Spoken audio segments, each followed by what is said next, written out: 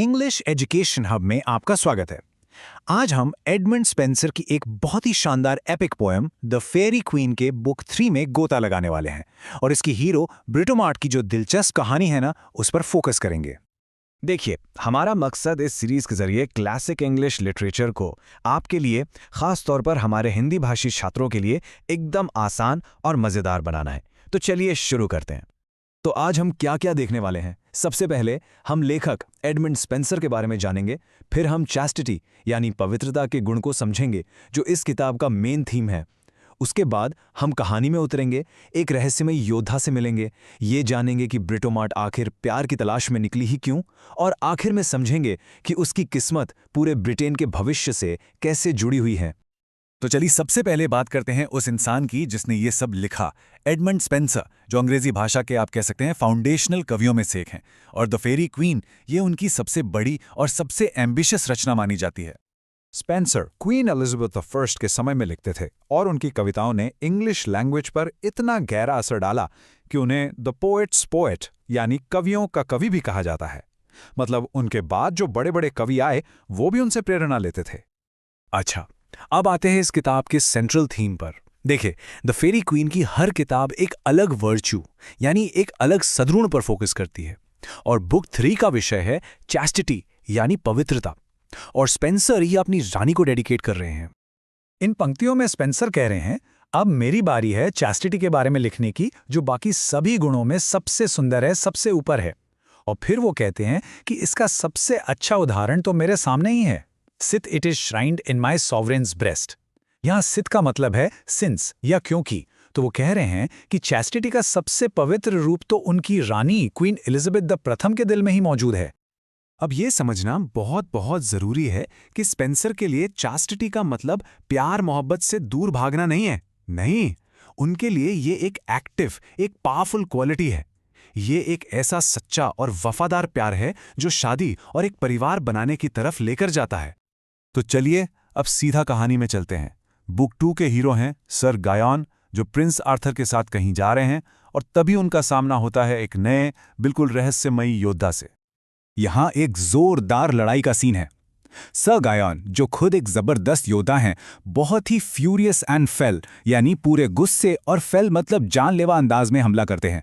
लेकिन होता क्या है, अगली ही लाइन में सर गायन खूब, इससे पहले कि वो कुछ समझ पाते, अपने घोड़े के क्रू पर यानी पिछले हिस्से से एक भाले जितनी दूरी पर जमीन पर गिरे पड़े मिलते हैं। सोचिए, एक चैंपियन नाइट इतनी आसानी से हार गया। तो सवाल यही उठता है कि आखिर ये इतना शक्तिशाली योद्धा है कौन, जिसने बुक 2 के हीरो सर गायन को इतनी आसानी से धूल चटा दी। और यहीं पर खुलता है कहानी का सबसे बड़ा राज। स्पेंसर कहते हैं, but Venus thou what white the overthrow. यहां वीनस ताओ का मतलब है, अगर तुम्हें पता होता कि तुम्हें किस वाइट यानी किस पर्सन ने हराया है तो तुम्हें और भी शर्म आती। और फिर वो खुलासा करते हैं, even the famous Britomart it was. ये कोई और नहीं बल्कि मशहूर ब्रिटोमार्ट थी, एक डैम्जल यानी एक लड़की जो अपने प्रेमी की तलाश में निकली है। स्पेंसर हमें फौरन बताते हैं कि ब्रिटोमार्ट इस मुश्किल सफर पर क्यों है। वो अपने प्रेमी को ढूंढ रही हैं, लेकिन ये कोई मामूली प्रेम कहानी नहीं है, इसमें जादू है। ब्रिटोमार्ट की ये यात्रा तब शुरू हुई जब उसने महान जादूगर मर्लिन के बनाए एक जादुई आईने में अपने होने वाले जीवन साथी की तस्वीर देखी। तो उसकी ये जो क्वेस्ट है, ये शोहरत के लिए नहीं बल्कि एक ऐसे प्यार के लिए है जिसकी शुरुआत ही जादू से हुई थी।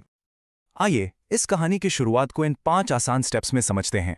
पहला, जादूगर मर्लिन एक जादुई आईना बनाते हैं, एक लुकिंग ग्लास जो दुनिया में कहीं भी कुछ भी दिखा सकता है।